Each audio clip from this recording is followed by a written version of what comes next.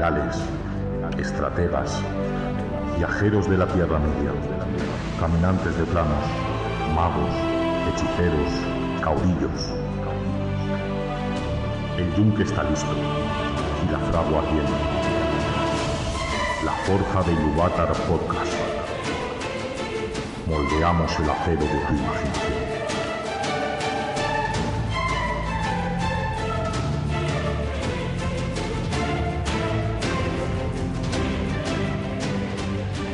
Bienvenidos a la Forja de Ilúvatar Podcast, el programa de juegos de rol, videojuegos de estrategia y literatura fantástica.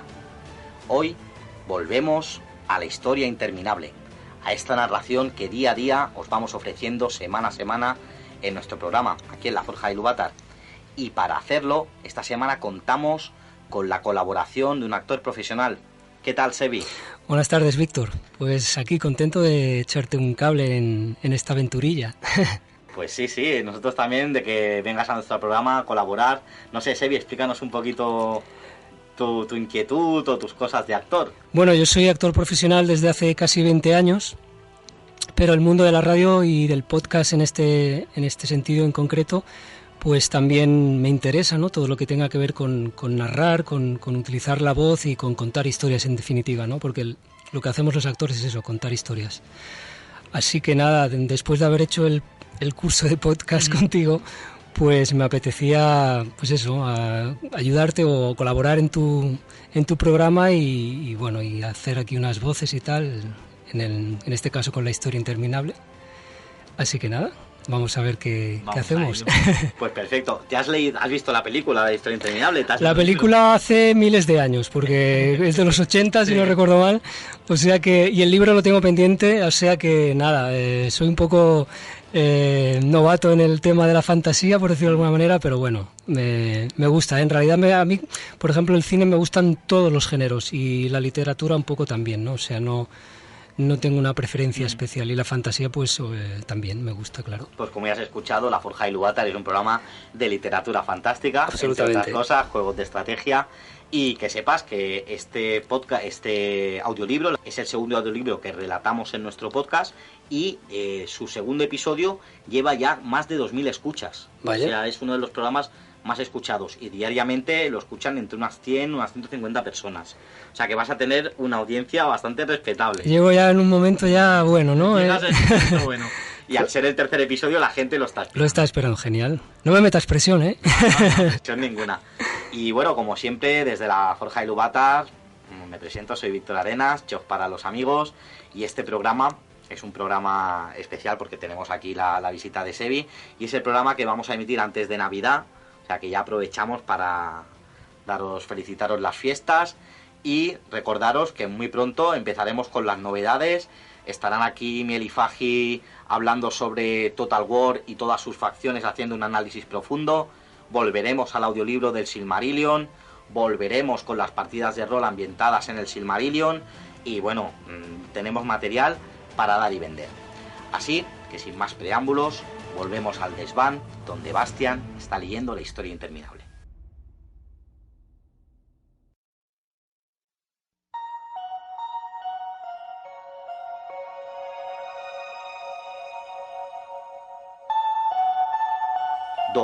El llamamiento de Atreyu.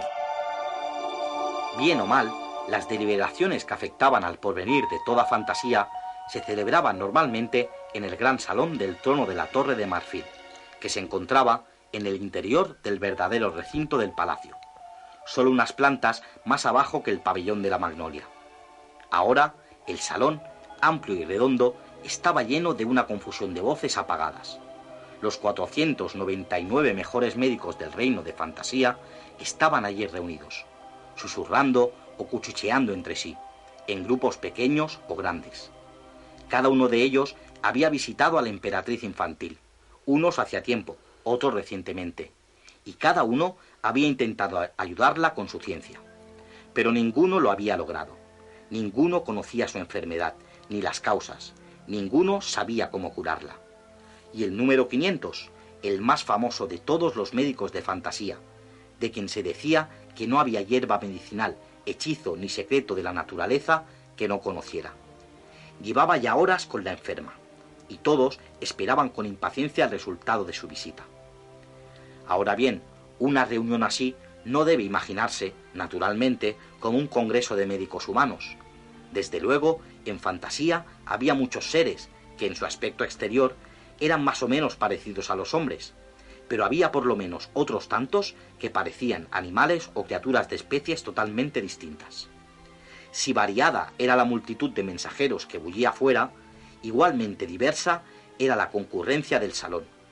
Había médicos enanos con barba blanca y joroba, médicas hadas con túnicas relucientes de un azul plateado y estrellas centelleantes en el cabello. Había genios acuáticos de vientres abultados y membranas natatorias en pies y manos. Para ellos se había instalado expresamente baños de asiento. Pero había también serpientes blancas, enroscadas en la gran mesa del centro del salón, elfos abeja y hasta brujas, vampiros y espectros, que en general no eran considerados especialmente bienhechores y salutíferos. Para comprender la presencia de estos últimos, es absolutamente necesario saber una cosa. La emperatriz infantil era, como indica su título, la soberana de todos los incontables países del reino sin fronteras de fantasía. Pero en realidad era mucho más que una soberana, o mejor dicho, era algo muy distinto. No gobernaba, nunca había utilizado la fuerza, ni hecho uso de su poder, no mandaba nada ni daba órdenes a nadie. Nunca atacaba ni tenía que defenderse de ningún atacante, porque a nadie se le hubiera ocurrido levantarse contra ella ni hacerle daño. Para ella todos eran iguales. Solo estaba allí, pero estaba allí de una forma especial. Era el centro de toda la vida de fantasía. Y todas las criaturas, buenas o malas, hermosas o feas, divertidas o serias, necias o sabias, todas estaban allí, solo porque ella existía. Sin ella no podía subsistir nada, lo mismo que no puede subsistir un cuerpo humano sin corazón. Nadie podía comprender del todo su secreto, pero todos sabían que era así. Y por eso la respetaban por igual, todas las criaturas de aquel reino, y todas se preocupaban igualmente por su vida, porque su muerte hubiera sido también el fin de todos, el hundimiento del inmenso reino de fantasía. Tinta roja. Los pensamientos de Bastián pagaban. En su recuerdo, vio de pronto otra vez el largo pasillo de la clínica en que habían operado a mamá. Él se había quedado sentado, esperando muchas horas con su padre, delante de la sala de operaciones. Cuando su padre había preguntado luego cómo estaba mamá, había recibido solo respuestas evasivas. Nadie parecía saber exactamente cómo estaba. Por fin, había venido un hombre calvo de bata blanca, que parecía cansado y triste. Les había dicho que todos los esfuerzos habían sido inútiles, y que lo sentía mucho. Les había dado a los dos la mano y había murmurado: mi sentido pésame. Después de todo, había cambiado entre su padre y Bastián. No exteriormente, Bastián tenía todo lo que podía desear. Tabletas de vitaminas, 53 libros, un hámster, un acuario con peces tropicales, una máquina de fotos pequeña, 6 navajas y todo lo imaginable. Pero en el fondo, todo eso no le importaba nada. Bastián recordaba que su padre, antes, había jugado de buena gana con él.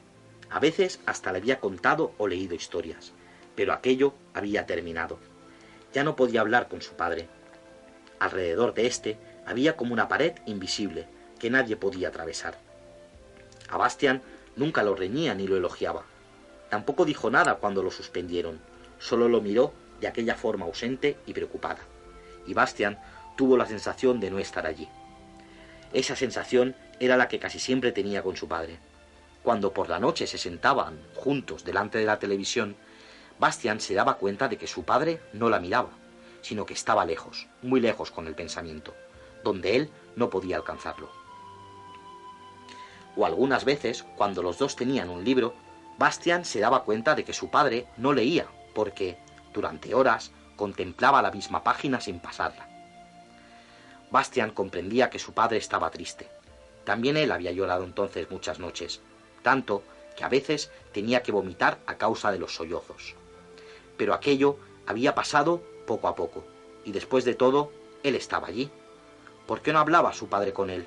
¿Por qué no hablaba de mamá, de cosas importantes y no solamente de lo imprescindible? Si se supiera al menos, dijo un espíritu del fuego largo y delgado, ¿en qué consiste su enfermedad? No tiene fiebre, no tiene nada inflamado, ninguna erupción, ninguna infección.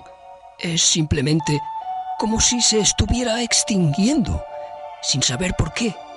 Al hablar, le salían de la boca después de cada frase pequeñas nubecillas de humo que formaban figuras. Aquella vez fue un signo de interrogación. Un viejo cuervo desplumado, que parecía una gran patata en la que alguien hubiera clavado al azar unas cuantas plumas negras, respondió con voz graznante.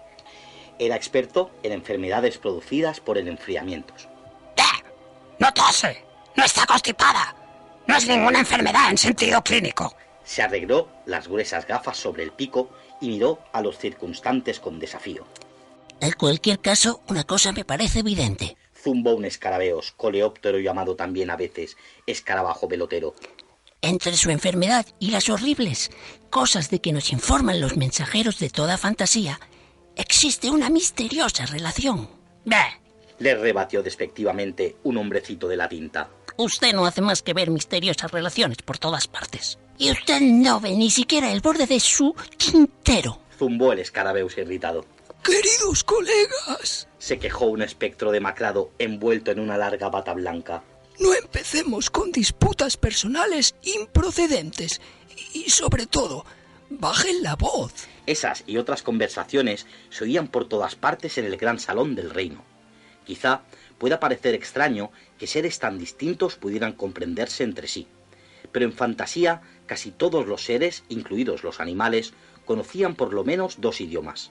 En primer lugar, el propio, que solo hablaban con los de su especie, y no entendía ningún profano. Y en segundo lugar, uno general, llamado fantasía o clásico, o gran lenguaje. Todos lo dominaban, aunque algunos lo utilizasen de una forma un tanto peculiar. De pronto, se hizo el silencio en la sala, y todos los ojos se dirigieron hacia la gran puerta batiente que se estaba abriendo. Entró Chiron, el famoso y legendario maestro del arte médico. Era lo que en épocas más antiguas se llamaba un centauro. Tenía figura humana hasta las caderas, y el resto de su cuerpo era de caballo. Sin embargo, Chiron era uno de los llamados centauros negros. Había venido de una región muy remota, situada lejos, muy lejos al sur. Por eso, su parte humana tenía el color del ébano, y solo su pelo y su barba eran blancos y rizados. Su cuerpo de caballo, en cambio, era listado como el de una cebra. Llevaba un extraño sombrero de juncos trenzados. En torno a su cuello colgaba de una cadena un gran amuleto de oro, en el que podían verse dos serpientes, una clara y otra oscura, que se mordían mutuamente la cola formando un óvalo. Tinta roja. Bastian se interrumpió sorprendido.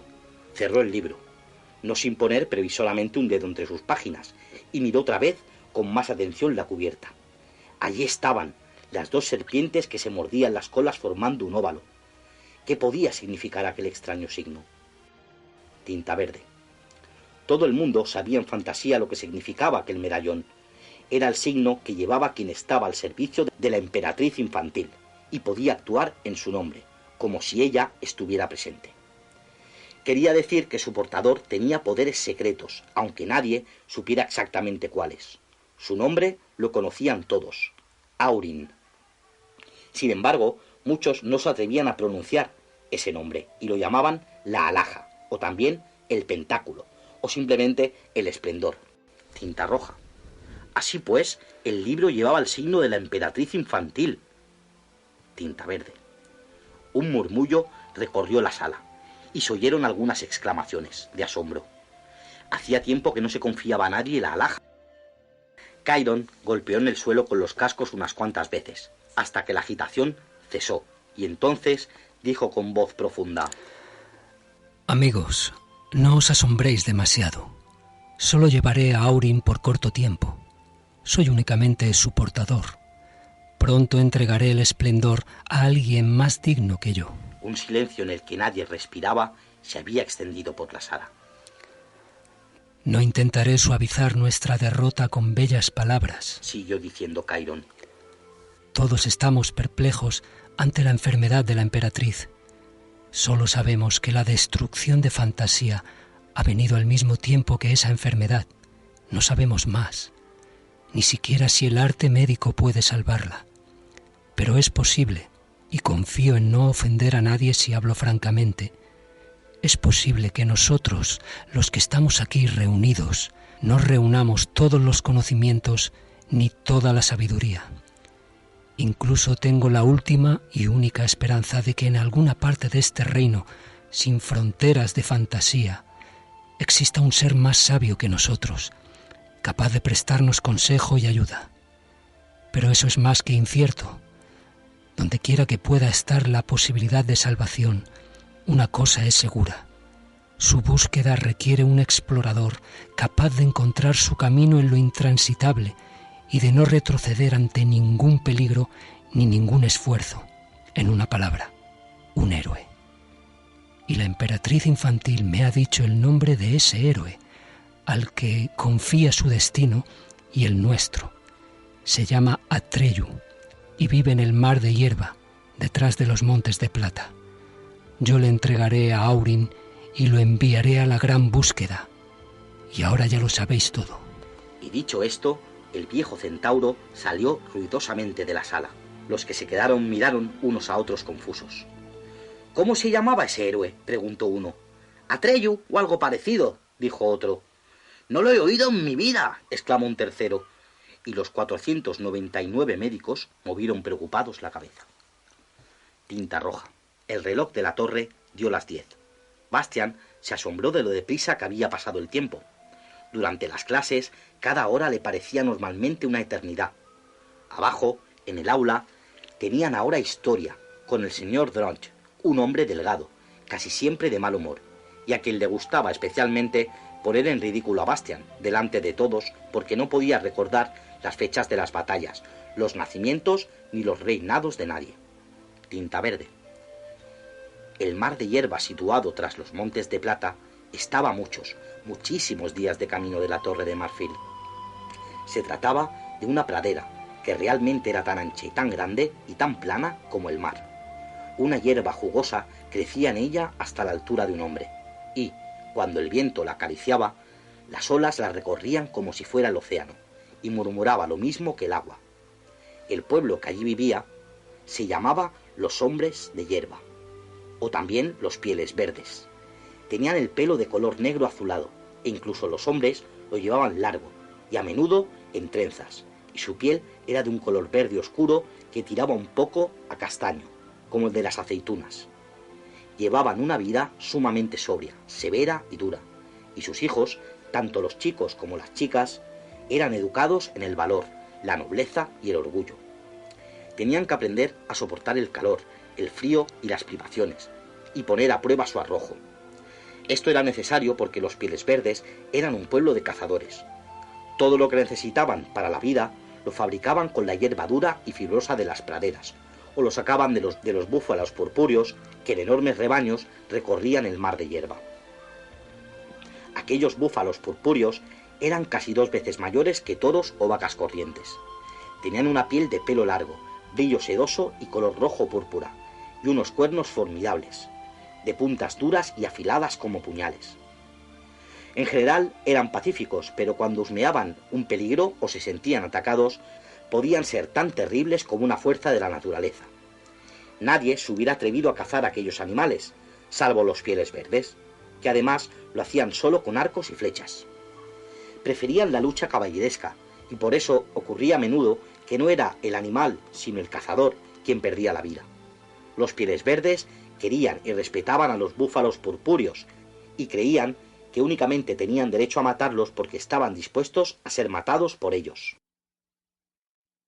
La noticia de la enfermedad de la emperatriz infantil y de la fatalidad que amenazaba a toda Fantasía no había llegado aún a aquellas tierras. Hacía ya mucho tiempo que ningún viajero llegaba a los campamentos de los pieles verdes. La hierba crecía más jugosa que nunca. Los días eran claros y las noches estrelladas. Todo parecía ir bien.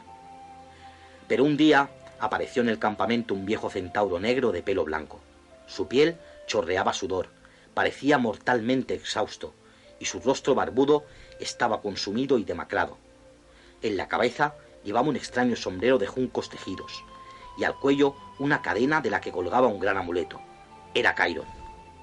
Se quedó de pie en medio del espacio despejado que rodeaba las tiendas del campamento en círculos cada vez más anchos. Allí, donde los ancianos se reunían para el consejo o donde en los días de fiesta se bailaban bailes y se cantaban viejas canciones. Esperó y miró a su alrededor, pero a su alrededor solo se apretaban mujeres y hombres muy viejos y niños muy pequeños que no miraban curiosos. Impaciente, golpeó el suelo con los cascos. ¿Dónde están los cazadores y cazadoras?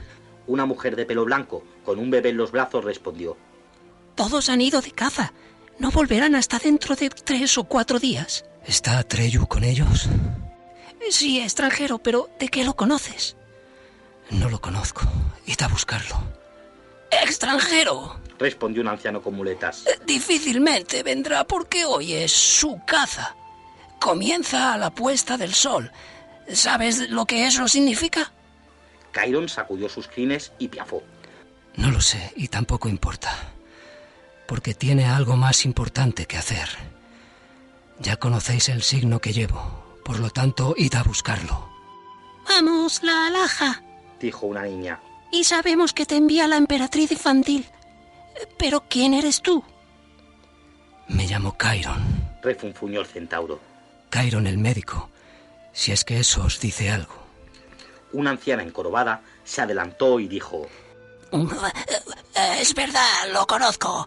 Lo vi una vez cuando todavía era yo joven.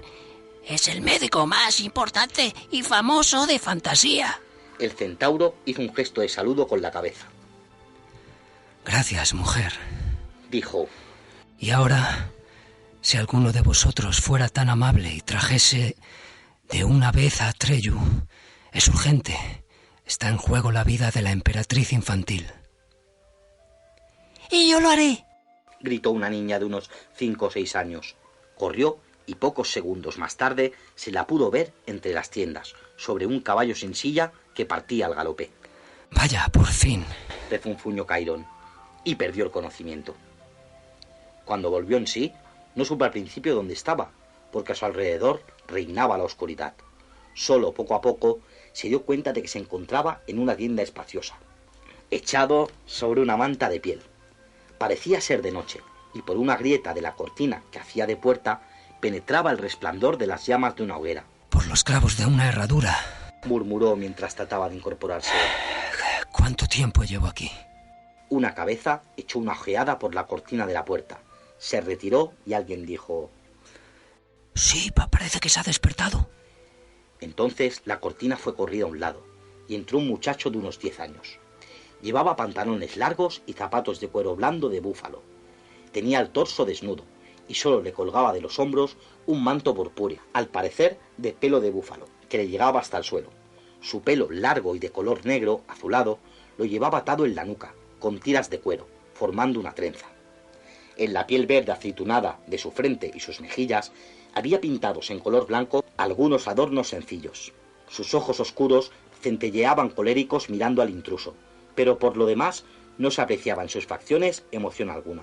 «¿Qué quieres de mí, extranjero?», preguntó. «¿Por qué has venido a mi tienda? ¿Y por qué me has privado de mi caza? Si hubiera matado hoy al gran búfalo y mi flecha estaba ya en la cuerda cuando me llamaron, mañana sería un cazador. Ahora tendré que esperar un año entero. ¿Por qué?». El viejo centauro lo miró desconcertado. ¿Eso quiere decir...? preguntó por fin. ¿Que eres Atreyu? Sí, extranjero. ¿No hay algún otro? ¿Un hombre adulto? ¿Un cazador experimentado con ese nombre? No, Atreyu soy yo y nadie más.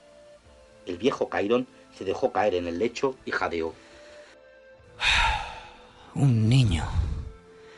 Un muchacho.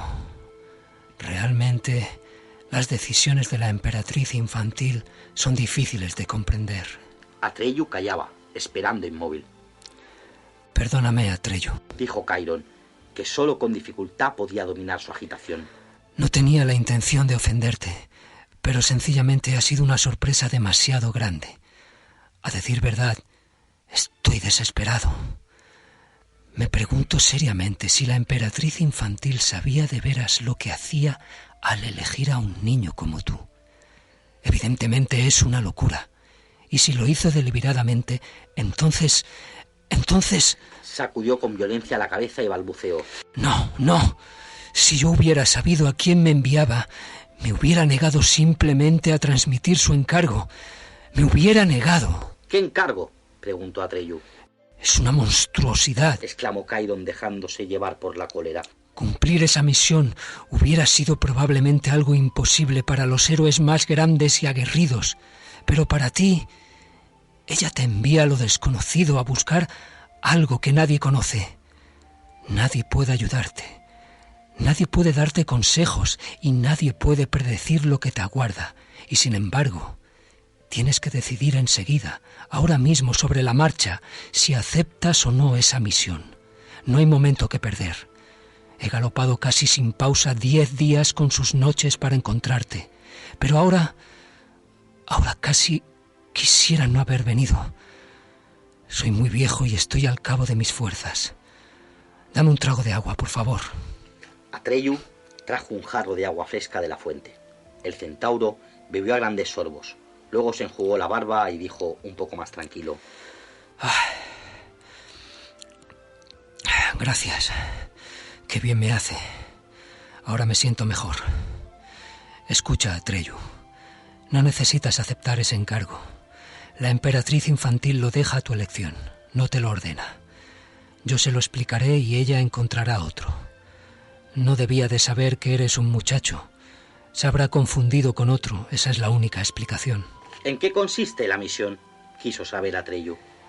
En encontrar el remedio para la emperatriz infantil, respondió el viejo centauro. Y salvar a Fantasía. ¿La emperatriz está enferma?, preguntó asombrado Atreyu. Chiron comenzó a contar lo que le pasaba a la emperatriz infantil y lo que habían relatado los mensajeros de toda Fantasía. Atreyu siguió haciendo preguntas y el centauro las contestó lo mejor que pudo. Fue una larga conversación nocturna, y cuanto mejor comprendía Atreyu todo el alcance de la fatalidad que había caído sobre Fantasía, tanto más claramente se dibujaba en su rostro, al principio tan reservado, la más franca consternación. «¿Y yo?», murmuró finalmente con labios pálidos, que no sabía nada de todo eso. Chiron miró al muchacho por debajo de sus espesas y blancas cejas, de una forma seria y preocupada. Ahora ya sabes cómo están las cosas, y quizá comprendas por qué perdí la serenidad al verte. Y sin embargo, la emperatriz infantil pronunció tu nombre. Ve y busca a Atreyu, dijo. Pongo en él toda mi confianza, dijo. Pregúntale si quiere emprender la gran búsqueda, por mí y por Fantasía, dijo. No sé por qué te eligió a ti. Quizá solo un muchacho como tú pueda realizar esa tarea imposible. No lo sé y no puedo aconsejarte. Atreyu se quedó sentado con la cabeza baja y en silencio. Comprendía que se le presentaba una prueba que era muchísimo más importante que su caza. Hasta para los mayores cazadores y los mejores exploradores hubiera sido difícil de superar, pero para él resultaba excesiva. ¿Qué?, le preguntó en voz baja al centauro. ¿Quieres hacerlo? Atreyu levantó la cabeza y lo miró de frente. «Quiero», dijo con firmeza. Chiron asintió despacio, y luego se quitó del cuello la cadena con el amuleto de oro y se lo puso a Atreyu. Que Aurin te dé el gran poder, dijo solemnemente. Pero no lo utilices, porque tampoco la emperatriz infantil usa nunca de su propio poder. Aurin te protegerá y guiará, pero tú no deberás intervenir, porque tu propia opinión no cuenta a partir de ahora. Por eso debes ir sin armas.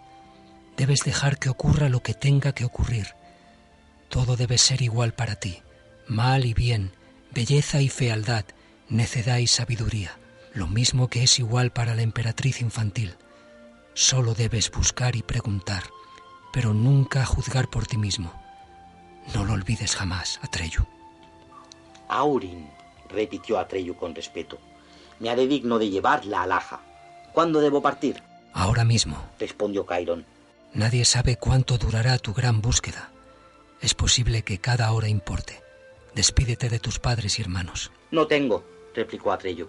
Mis padres fueron muertos por un búfalo, poco después de venir yo al mundo. ¿Y quién te crió? Todas las mujeres y todos los hombres juntos. Por eso me llamaron Atreyu, que quiere decir en palabras del gran lenguaje, hijo de todos. Tinta roja. Nadie podía comprender mejor que Bastian lo que eso significaba, aunque su padre viviera aún, y aunque Atreyu no tuviera ni padre ni madre. Sin embargo, Atreyu había sido educado por todos los hombres y mujeres juntos, y era el hijo de todos. Mientras que él, Bastian, en el fondo no tenía nadie. Era un hijo de nadie.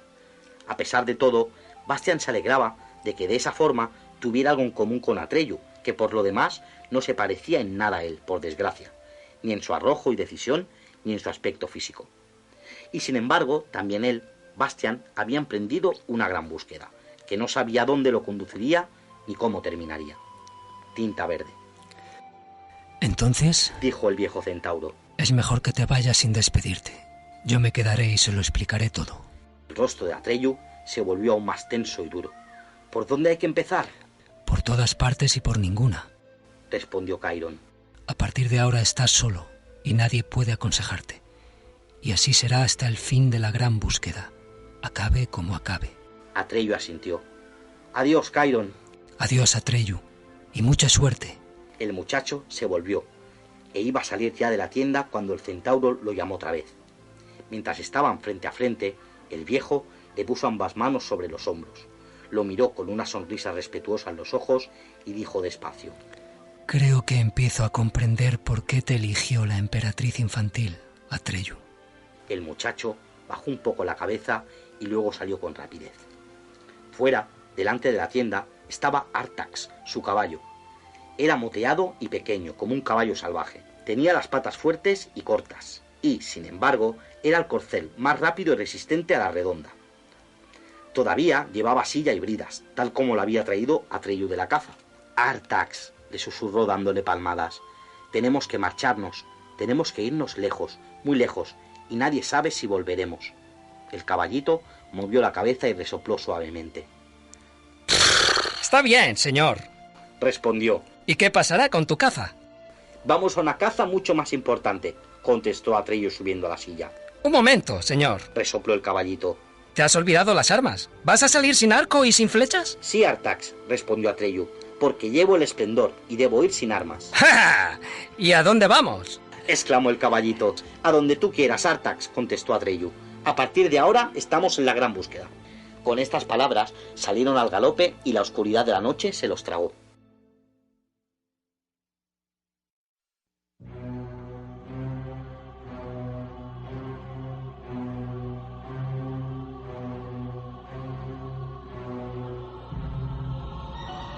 Al mismo tiempo sucedía en otro lugar de fantasía algo que nadie observaba y de lo que ni Atreyu y Artax ni tampoco Chiron tenían la menor sospecha. En un páramo nocturno muy lejano, las tinieblas se concentraron para formar una figura vaga y enorme. La oscuridad se fue espesando hasta que incluso en aquella noche sin luz el páramo pareció un formidable cuerpo hecho de negrura. Sus contornos no eran todavía precisos, pero se sostenían sobre 4 zarpas, y los ojos de su poderosa cabeza peluda ardían con un fuego verde. Levantó el hocico en el aire y husmeó. Así estuvo largo tiempo.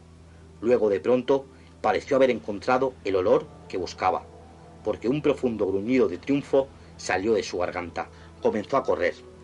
A saltos grandes y silenciosos, aquella criatura de las sombras atravesaba velozmente la noche sin estrellas. Tinta roja. El reloj de la torre dio las 11. Ahora empezarían el recreo. De los pasillos subía el griterío de los niños que corrían abajo por el patio del colegio. A Bastian, que seguía sentado en cuclillas en las colchonetas de gimnasia, se le habían dormido las piernas. Al fin y al cabo no era un indio. Se puso en pie, sacó el bocadillo del colegio y una manzana de la cartera y comenzó a andar arriba y abajo por el desván. Sentía un hormigueo en los pies que lentamente se le despertaron. Entonces se subió al potro de gimnasia y se sentó sobre él a horcajadas. Se imaginó que él era Atreyu, galopando en la noche sobre Artax. Se inclinó sobre el cuello de su caballito. ¡Hala! Gritó. ¡Galopa, Artax! ¡Hala! ¡Hala! Luego se asustó. Era una imprudencia muy grande gritar tanto. ¿Y si alguien lo había oído? Esperó un rato escuchando, pero solo llegó hasta él el griterío de muchas voces en el patio del colegio. Un poco avergonzado, se bajó otra vez del potro. Realmente se estaba comportando como un niño pequeño. Desenvolvió el bocadillo y frotó las manzanas contra su pantalón. Sin embargo, antes de morderlas se detuvo un segundo. «No», se dijo a sí mismo en voz alta, «tengo que administrar cuidadosamente mis provisiones.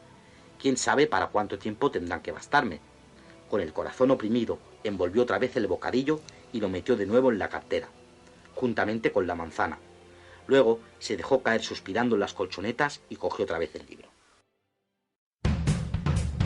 Son juegos de mesa. Pero son viejos. ¿Los juegos o los que hablan? Bueno, no tan viejos ni los unos ni los otros. Jugando con los abuelos. Un podcast sobre juegos viejunos y no tan viejos, jugados y comentados por gente de una cierta edad. Búscanos en iVoox y en nuestro blog jugandoconlosabuelos.blogspot.com.es.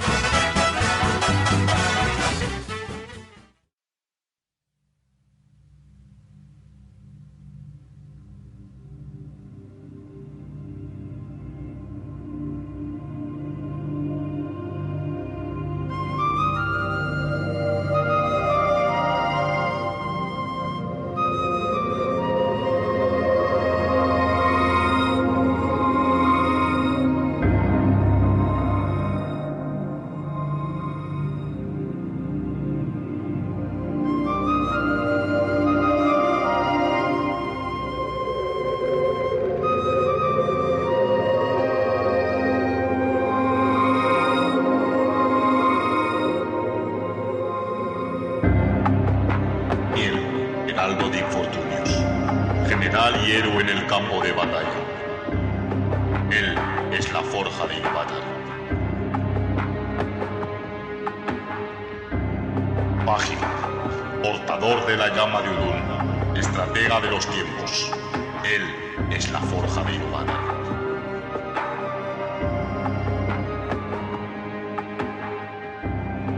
Chog, enviado de Eru, director de ondas auditivas, vientos y mareas roleras. Él es la forja de Ilúvatar. Tú puedes ser la forja de Ilúvatar. Síguenos y suscríbete en nuestro canal de iVoox. En Facebook, escríbenos en laforjadeiluvatar@gmail.com. La forja de Ilúvatar está en nosotros. Que esté en ti también.